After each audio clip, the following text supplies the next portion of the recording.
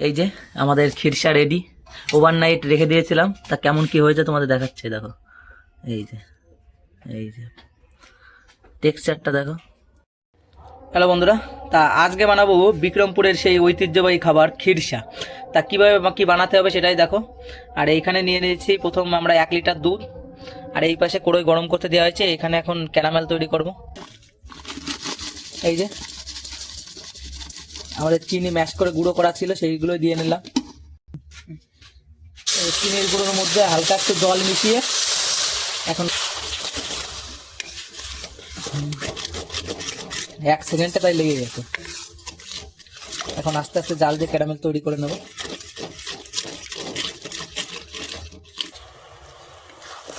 চিনিটাকে ভালো করে জাল দিয়ে এখন ক্যারামেল তৈরি করে নেব হালকা হালকা, যতক্ষণ না ব্রাউন কালারে চলে আসছে। আর এর ভিতরে জল দেওয়ার কারণ আছে যাতে পুড়ে বা লেগে না যায়, সেই জন্য। এই যে দুধটা ক্যারামেল তো হলো না, কি হলো জানি না। এখন এর ভিতর দুধ দিয়ে নিলাম, আমাদের পুরো 1 লিটার দুধ সব দিয়ে নেব।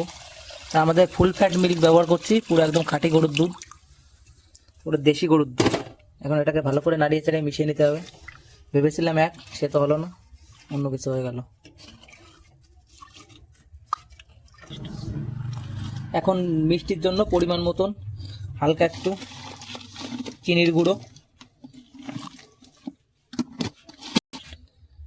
এবার কালারের জন্য খাঁটি নলের গুড়, এই যে খেজুরের গুড়, পুরো একদম খাঁটি গুড়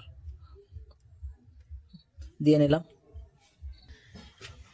গুড় দেওয়ার সাথে সাথে এই দেখো দুধের কালারটা কেমন পাল্টে গেছে। আর যে কোনো দুধ ব্যবহার করা যাবে না, খারাপ খারাপ গুড় ব্যবহার করলে এই দুধ কেটে যাবে। এই জন্য ভালো কোয়ালিটির গুড় ব্যবহার করতে হবে। যে কোনো জায়গার থেকে যে কোনো ভুংবাং গুড় কিনলেই শেষ। আমাদের গুড়টা খুব ভালো বলে এই দুধটা কাটলো না। দেখো এখন ভালো করে আস্তে আস্তে হাই ফ্লেমে জাল দিতে হবে অনেকক্ষণ ধরে। আর পারলে এর ভিতরে দুটো একটা এলাচ দেওয়া যেতে পারে। এখন নাড়াতে হবে আর জাল দিতে হবে যতক্ষণ না এটা কমে আসে, 3 ভাগের 1 ভাগ হয়ে আসে। দুধটা এখন ভালো করে নাড়িয়ে চাড়িয়ে নেওয়া হলো। আর এর মধ্যে এখন অ্যাড করে নেব গুঁড়ো দুধ। গুঁড়ো দুধটা অ্যাড করা মূলত কারণ হচ্ছে যাতে এইটা গাঢ় হতে পারে। অনেকে চালের গুঁড়োও ব্যবহার করে, কিন্তু আমরা চালের গুঁড়ো ব্যবহার করছি না, চালের গুঁড়ো হাতের কাছে নেই। এই জন্য গুঁড়ো দুধটা ব্যবহার করছি, এতে ফ্লেভারটাও ভালো আসবে আর দুধটা তাড়াতাড়ি গাঢ় হয়ে যাবে। কারণ ভালো করে মিশিয়ে নেব, মিশিয়ে নিয়ে হালকা হালকা করে নাড়তেই থাকতে হবে। হাই ফ্লেমে, মিডিয়াম টু হাই ফ্লেমে, পুরো একদম হাই ফ্লেমে করলে আবার সমস্যা আছে। তারপরে ভালো করে মিশিয়ে নিই। এই যে কিছুক্ষণ জাল দেওয়ার পরে এটা নানান রকম ফ্লেভারে করা যায়, কিন্তু আমরা একটু ভ্যানিলা ফ্লেভারে করব, কারণ ভ্যানিলা ফ্লেভারে কালারটাও ভালো আসে আর খেতেও জবরদস্ত লাগে। এখন এটা ভালো করে মিশিয়ে নেব, না মিশালে আবার দলা পেকে যাবে।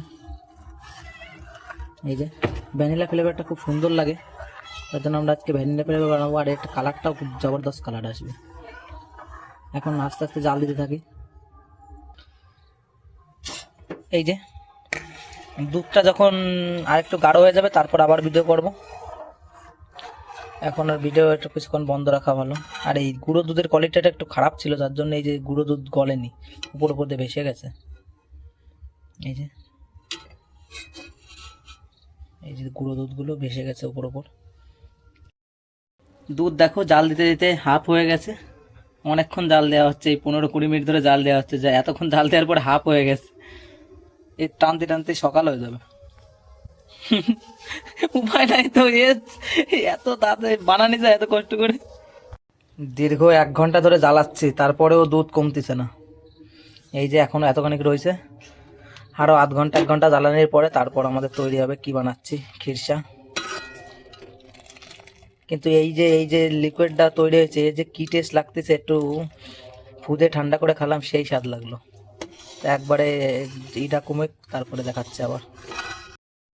এই যে অনেকটাই কমে গেছে, এখন আবার গাঢ় হয়ে এসেছে, দেখো কতটা। আর 5-10 মিনিট জ্বালালেই হয়ে যাবে। এই যে আমারটা করে তো, এই যে অনেকটাই গাঢ় হয়ে গেছে। এইগুলো দিলেই হয়ে যেত, কিন্তু আর একটু গাঢ় করতে হবে আমাদের। আর এইখানে একটু তুলে রেখে দিয়েছি, এটা দিয়ে আছে দই তৈরি করা হবে। এটা দই হবে, সেই স্বাদ হবে এই দইয়ের। এই যে দেখো কতটা গাঢ় হয়ে গেছে। আমাদের খিরসা তৈরি প্রায় কমপ্লিট। 90% হয়ে গেছে, এখন একটু পরেই নামিয়ে নেওয়া হবে। এই দেখো কি সুন্দর বুদবুদ কাটছে, বুদবুদ কাটলেই বোঝা যেতে পারে যে হয়ে গেছে। আর উপর দিয়ে দেখো যে সর জমে গেছে, ক্ষীর জমে গেছে, এর দ্বারাই বোঝা যাবে যে জিনিসটা প্রায় তৈরি।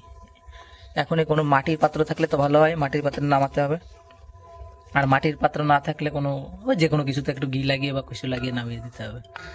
বাড়ি বানালে অত আবার বেশি করে লাভ নেই। যা দারুণ লাগছে না, ও নামাবা নাকি? এই যে শেষ টাইম, এখন নাড়িয়েই যেতে হবে, না হলে লেগে যাবে।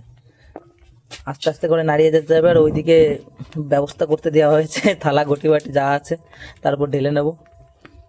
এই দেখো পুরো একদম কিরকম হয়ে গেছে, দেখো আর একবার দেখাচ্ছি। আহা, এই যে দেখো ক্ষীর জমে গেছে, এখন নাড়িয়ে যেতে হবে। নামানোর সময় দেখাচ্ছি, এক হাত দিয়ে ভিডিও আর এক হাত দিয়ে করা যাচ্ছে না। গ্যাসের ফ্লেমটা লো করে দেওয়া হয়েছে, এখন দেখা যাক নামানো হবে। এই যে এরকম থিকনেসে রেখে গ্যাসের ফ্লেমটা বন্ধ করে দিয়েছি। এই বাটিতে হালকা একটু তেল বা ঘি লাগিয়ে নিয়েছি, আর এখন এই যে নামানো হবে। এই দেখো, ও শালা দারুণ হয়েছে। ওইটুকু রেখে দাও, চারটে খাই না মানে।